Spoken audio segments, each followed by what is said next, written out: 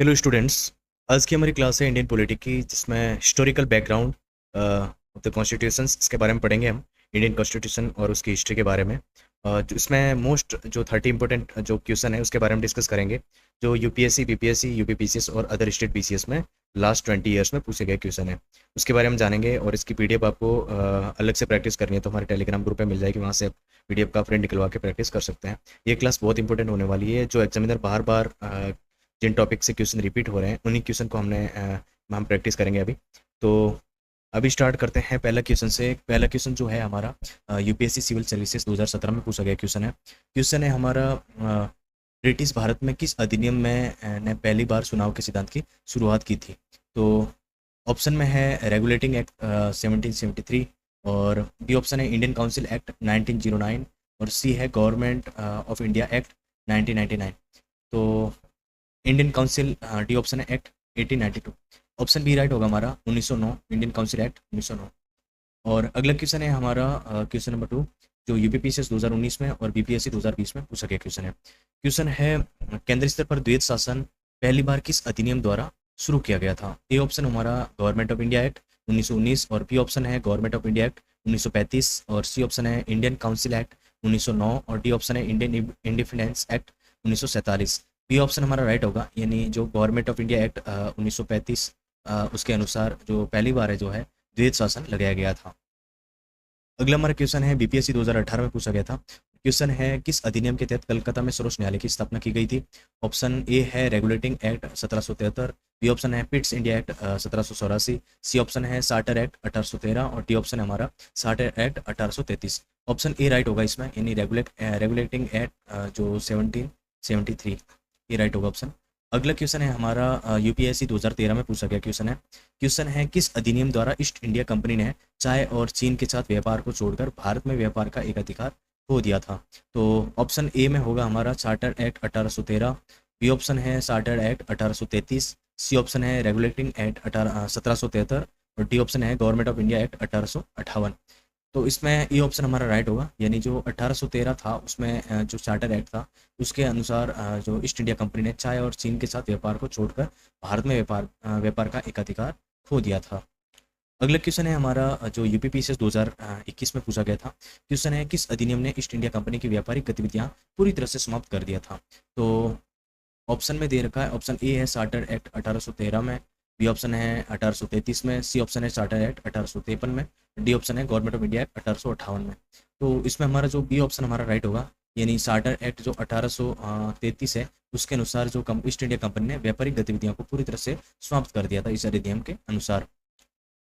अगला क्वेश्चन है यूपीएससी 2012 में पूछा गया था, और क्वेश्चन है केंद्र और प्रांतों के बीच में शक्तियों के विभाजन किस योजना पर आधारित है? तो ऑप्शन ए है मार्लियामेंटो रिफॉर्म जो 1919 में हुआ था, बी ऑप्शन है मॉन्टेग्यू सेम्सफोर्ड जो रिफॉर्म है 1919, सी ऑप्शन है गवर्नमेंट ऑफ इंडिया एक्ट 1935, और डी ऑप्शन है इंडियन इंडिपेंडेंस एक्ट 1947।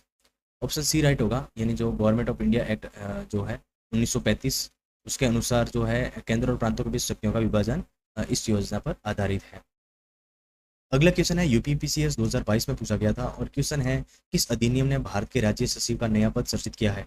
तो ऑप्शन ए में होगा इंडियन काउंसिल एक्ट 1861 में, बी ऑप्शन होगा गवर्नमेंट ऑफ इंडिया एक्ट 1858 में, सी ऑप्शन होगा पिट्स इंडिया एक्ट 1784 में, और डी ऑप्शन होगा हमारा साटा एक्ट 1853 में। तो ऑप्शन बी राइट होगा, यानी 1858 है उसके अनुसार जो भारत के राज्य सचिव का नया पद है वो सृजन किया गया था। अगले क्वेश्चन है हमारा जो यूपीएससी 2014 में पूछा गया था, और क्वेश्चन है पोर्टफोलियो प्रणाली को किस अधिनियम द्वारा वैधानिक मान्यता दी गई थी? तो ऑप्शन में है, ऑप्शन ए इंडियन काउंसिल एक्ट 1861 में, बी ऑप्शन है इंडियन काउंसिल एक्ट 1892 में, सी ऑप्शन है इंडियन काउंसिल एक्ट 1909 में, डी ऑप्शन है गवर्नमेंट ऑफ इंडिया एक्ट 1919 में। ऑप्शन ए राइट होगा हमारा, इंडियन काउंसिल एक्ट जो 1861 में पोर्टफोलियो प्रणाली को इस आधार पर अधिनियम वैधानिक मान्यता दी गई थी। अगला क्वेश्चन है हमारा बीपीएससी 2019 में पूछा गया था, और क्वेश्चन है, किस अधिनियम ने पहली बार केंद्र स्तर पर द्विसदनीय विधायिका की शुरुआत की गई थी? तो ऑप्शन में ए है गवर्नमेंट ऑफ इंडिया एक्ट जो 1935 है, बी ऑप्शन है गवर्नमेंट ऑफ इंडिया एक्ट 1919, और इंडियन काउंसिल एक्ट जो 1909 है, और डी ऑप्शन है इंडियन काउंसिल एक्ट 1892 है। तो ऑप्शन बी राइट होगा इसमें, जो गवर्नमेंट ऑफ इंडिया एक्ट 1919 वाला वो राइट होगा इसमें, जिसके तहत जो द्विसदनीय विधायिका की शुरुआत की गई थी। अगला क्वेश्चन है हमारा यूपीएससी 2015 में पूछा गया था, और जो क्वेश्चन है भारत में सांप्रदायिक जो निर्वाचन प्रणाली है पहली बार किसके द्वारा शुरू की गई थी, यानी जो पहली बार जो किसके द्वारा शुरू की गई थी। तो ऑप्शन में है, ऑप्शन ए है Indian council act 1892, B option है जो मार्लियामेंटो रिफॉर्म्स हुआ था 1919 उनके द्वारा, सी ऑप्शन है मॉन्टेग्यू सेम्सफोर्ड रिफॉर्म 1919, और डी ऑप्शन है गवर्नमेंट ऑफ इंडिया एक्ट 1935 द्वारा। ऑप्शन बी राइट होगा, नहीं मार्लियामेंटो रिफॉर्म है 1919 और उसके द्वारा जो सांप्रदायिक निर्वाचन प्रणाली पहली बार शुरू की गई थी। अगला क्वेश्चन है बीपीएससी 2017 में पूछा गया था और क्वेश्चन है बंगाल के प्रथम गवर्नर जनरल कौन थे, यानी जो बंगाल के जो गवर्नर जनरल थे फर्स्ट वाले वो कौन थे। ए ऑप्शन है लॉर्ड वारेन हेस्टिक्स, और बी ऑप्शन है लॉर्ड कॉर्नवालिस, और सी ऑप्शन है लॉर्ड विलियम बेंटिक, और डी ऑप्शन है लॉर्ड रॉबर्ट क्लीव्स। तो ऑप्शन ए राइट होगा, लॉर्ड वारेन हेस्टिक्स जो है बंगाल के फर्स्ट जो जनरल गवर्नर थे। ये क्वेश्चन बहुत बार रिपीट हुआ है यूपीएससी और अदर पीसीएस एग्जाम में भी, तो इस क्वेश्चन को अच्छे से एक बार जरूर देख लेना। ये जो मैं क्वेश्चन करवा रहा हूँ ये मोस्ट इंपोर्टेंट है, ये इस टॉपिक से अगर क्वेश्चन आए तो इसके क्वेश्चन आने के चांसेस 99% है। तो अगर आप 30 क्वेश्चन करने से अगर आपका कोई एक दो क्वेश्चन फंस जाए तो ये बहुत ज़्यादा आपके लिए फ़ायदेमंद होता। अगला क्वेश्चन है हमारा जो यूपीएससी 2018 में जो पूछा गया क्वेश्चन है, किस अधिनियम द्वारा बंगाल के गवर्नर जनरल को भारत का गवर्नर जनरल नामित किया गया है। Option A charter act 1813, B option है चार्टर एक्ट 1833, सी ऑप्शन है government of India act 1858, D option है regulatory act 1773। Option B right होगा हमारा, चार्टर एक्ट जो 1833 है उसके द्वारा जो बंगाल के गवर्नर जनरल को भारत का गवर्नर जनरल नामित किया गया था। अगला हमारा क्वेश्चन है जो यूपीपीसीएस 2020 में पूछा गया था। क्वेश्चन है ब्रिटिश क्राउन ने किस वर्ष भारत के शासक की प्रत्यक्ष जिम्मेदारी ली थी। तो ऑप्शन ए है 1857 में, और ऑप्शन बी है 1858 में, ऑप्शन सी है 1947 में, ऑप्शन डी है 1861 में। ऑप्शन बी राइट होगा हमारा, 1858 है उसके तहत जो है ब्रिटिश क्राउन ने भारतीय शासन की प्रत्यक्ष जिम्मेदारी ली थी। अगला क्वेश्चन है बीपीएससी 2016 में पूछा गया था। क्वेश्चन है भारत का फेडरल जो कोड किस वर्ष स्थापित किया गया था। तो ऑप्शन में है 1935 में, और बी ऑप्शन है 1937, सी ऑप्शन है 1947, डी ऑप्शन है 1950। तो आंसर बी राइट होगा, हम 1937 है उसके द्वारा भारत ने फेडरल कोड की स्थापना की गई थी। अगला क्वेश्चन है यूपीएससी 2019 में पूछा गया था और क्वेश्चन है वायसराय की कार्यकारी परिषद में शामिल होने वाले प्रथम पहले भारतीय कौन थे। तो ऑप्शन ए होगा सत्येंद्र प्रसाद सिन्हा, बी ऑप्शन होगा तेज बहादुर सप्रू, और सी ऑप्शन होगा सैयद अली इमाम, और डी ऑप्शन होगा जीके गोखले। तो जीके गोखले मतलब Gopal Krishna Gokhale. Option A right होगा, नहीं सत्येंद्र प्रसाद सिन्हा जो इनकी वायसराय की कार्यकारी परिषद में शामिल होने वाले पहले भारतीय थे। अगला क्वेश्चन है यूपीएससी 2016 में पूछा गया था। क्वेश्चन है भारतीय स्वायत्तता किस अधिनियम की एक महत्वपूर्ण विशेषता है। ऑप्शन ए है गवर्नमेंट इंडिया एक्ट जो 1919 में, government of India act 1935, C option है इंडियन काउंसिल एक्ट 1919, और डी ऑप्शन है 1947 Indian independence act 1947। Option B right होगा हमारा, गवर्नमेंट ऑफ इंडिया एक्ट 1935। अगला क्वेश्चन है हमारा यूपीएससी 2020 में पूछा गया था और क्वेश्चन है किस अधिनियम ने कार्यकारी परिषद के साथ भारतीयों के जुड़ाव का प्रावधान किया है। तो ऑप्शन ए है इंडियन काउंसिल एक्ट 1861 में, बी ऑप्शन है Indian council act 1892, C option है इंडियन काउंसिल एक्ट 1909, और डी ऑप्शन है गवर्नमेंट ऑफ इंडिया एक्ट 1919 में। ऑप्शन सी राइट होगा हमारा, इंडियन काउंसिल एक्ट 1909। तो यूपीपीसीएस 2019 में जो क्वेश्चन पूछा गया था और क्वेश्चन है board of control of court of directors को किस कानून द्वारा समाप्त कर दिया गया था। ऑप्शन ए है रेगुलेटिंग एक्ट 1773, और बी ऑप्शन है Pitt's India act 1784, C option है government of India act 1858, D option है Indian independence act 1947। Option C right होगा हमारा, गवर्नमेंट्स ऑफ इंडिया एक्ट जो 1858 है उनके द्वारा बोर्ड ऑफ कंट्रोल और कोर्ट ऑफ डायरेक्टर को इस कानून द्वारा समाप्त कर दिया गया था। अगला क्वेश्चन है यूपीएससी 2018 में पूछा गया था और क्वेश्चन है भारत सरकार अधिनियम 1919 के तहत जो प्रांतीय विषयों के किन भागों में विभाजित किया गया है। तो ए ऑप्शन है union and state, B option है transferred and reserved, C option है central and provincial, D option है कॉन्करेंट एंड फेडरल। तो ऑप्शन बी राइट होगा हमारा, ट्रांसफर्ड एंड रिजर्व्ड जो है भारत सरकार अधिनियम 1919 के तहत प्रांतीय विषयों को भागों में विभाजित किया गया था। अगला क्वेश्चन है यूपीएससी 2017 में पूछा गया था। क्वेश्चन है निर्वाचित संविधान सभा द्वारा संविधान निर्माण का प्रस्ताव किसके द्वारा किया गया है। ऑप्शन ए होगा साइमन कमीशन, ऑप्शन बी होगा government of India act 1935, option C होगा क्रिप्स मिशन, ऑप्शन डी होगा cabinet mission. Option C right होगा हमारा, क्रिप्स मिशन जो है निर्वाचित संविधान सभा द्वारा जो निर्माण का प्रस्ताव इनके द्वारा किया गया था। अगला हमारा क्वेश्चन है यूपीपीसीएस 2017 में पूछा गया था और क्वेश्चन है किस अधिनियम ने सिविल सेवकों की भर्ती के लिए खुली प्रतियोगिता प्रणाली की शुरुआत की गई थी। ऑप्शन ए है चार्टर एक्ट 1833, ऑप्शन बी है चार्टर एक्ट 1853, सी ऑप्शन है government of India act 1858, D option है इंडियन काउंसिल एक्ट 1861। ऑप्शन जो आंसर है जो इसमें बी हो राइट होगा, चार्टर एक्ट 1853 जो है इस अधिनियम में सिविल सेवकों की भर्ती के लिए खुली प्रतियोगिता प्रणाली की शुरुआत की गई थी। अगला क्वेश्चन है बीपीएससी 2021 में पूछा गया था और क्वेश्चन है जो रॉबर्ट क्लाइव द्वारा शुरू की गई दोहरी शासन प्रणाली किसने समाप्त किया था। तो ऑप्शन है ए है लॉर्ड कॉर्नवालिस, और बी है वारेन हेस्टिक्स, और सी है लॉर्ड वेलेस्ले, डी ऑप्शन है लॉर्ड विलियम बेंटिक। तो ऑप्शन बी राइट होगा इसमें। वॉरेन हेस्टिंग्स जो है रॉबर्ट क्लाइव द्वारा शुरू की गई दोहरी शासन प्रणाली को जो वॉरेन हेस्टिंग्स है इन्होंने समाप्त कर दिया गया था। अगला क्वेश्चन है हमारा यूपीएससी 2015 में पूछा गया था, और ये क्वेश्चन यूपीपीसीएस में भी पूछा गया था, और ये क्वेश्चन यहाँ मैंने लगाना भूल गया मैं।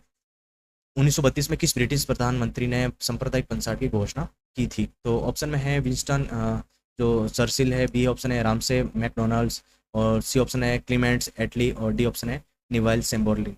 तो ऑप्शन बी राइट होगा। रैमसे मैकडोनाल्ड्स ने इन्होंने जो है 1932 में ब्रिटिश प्रधानमंत्री ने सांप्रदायिक पंचायत की घोषणा की गई थी। अगला क्वेश्चन है हमारा यूपीएससी 2019 में पूछा गया था, और क्वेश्चन है विधायी परिषद के सदस्यों को किस अधिनियम के तहत बजट पर चर्चा की अनुमति मिली है? तो ए ऑप्शन है इंडियन काउंसिल एक्ट 1861 में, बी ऑप्शन है Indian council act 1892, C option है इंडियन काउंसिल एक्ट 1909 में, और डी ऑप्शन है गवर्नमेंट ऑफ इंडिया एक्ट 1919 में। ऑप्शन बी राइट होगा हमारा। इंडियन काउंसिल एक्ट जो है 1800 जो 2 है उसके तहत। अगला क्वेश्चन है हमारा जो यूपीएससी 2018 में पूछा गया था। क्वेश्चन है सर स्टैफोर्ड स्किप्स की योजना में परिकल्पना थी कि द्वितीय विश्व युद्ध के बाद जो ए ऑप्शन है इंडियन गेट्स कंप्लीट इंडिपेंडेंस, और बी ऑप्शन है इंडियन गेट्स पैटिशनर्ड, और सी ऑप्शन है इंडिया गेट्स डोमिनियन स्टेटस, और D option India becomes Republic. तो ऑप्शन सी राइट होगा, इंडियन गेट्स डोमिनियन स्टेटस। तो जो सर स्टैफोर्ड स्किप्स की योजना में परिकल्पना थी इनकी कि द्वितीय युद्ध के बाद जो इंडिया है जो डोमिनियन स्टेटस का उनको दर्जा मिल जाएगा। अगला क्वेश्चन है हमारा जो यूपीएससी 2016 में पूछा गया था, और क्वेश्चन है किस अधिनियम ने गवर्नर जनरल को अध्यादेश जारी करने की शक्ति प्रदान की गई थी?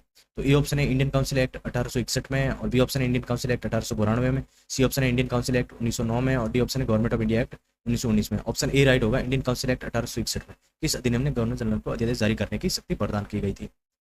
अगला क्वेश्चन है बीपीएससी 2020 में पूछा गया था, कैबिनेट मिशन योजना ने भारत के लिए किसी राजनीतिक संरचना का प्रस्ताव दिया है?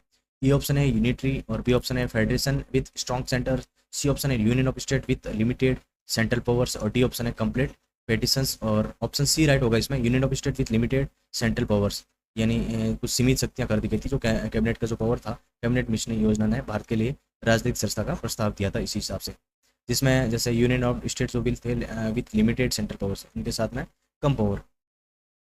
अगला क्वेश्चन है यूपीएससी 2017 में पूछा गया था, और भारत के संघीय व्यवस्था शुरू करने का पहला प्रयास किसके द्वारा किया गया था? तो ऑप्शन ए है इंडियन काउंसिल एक्ट 1909 में, government of India act 1919, C option है government of India act 1935, D option Indian independence act 1947। तो ऑप्शन सी राइट होगा हमारा, यानी गवर्नमेंट ऑफ इंडिया एक्ट 1935 ने भारत में संघीय व्यवस्था शुरू करने का पहला प्रस्ताव इनके द्वारा दिया गया था।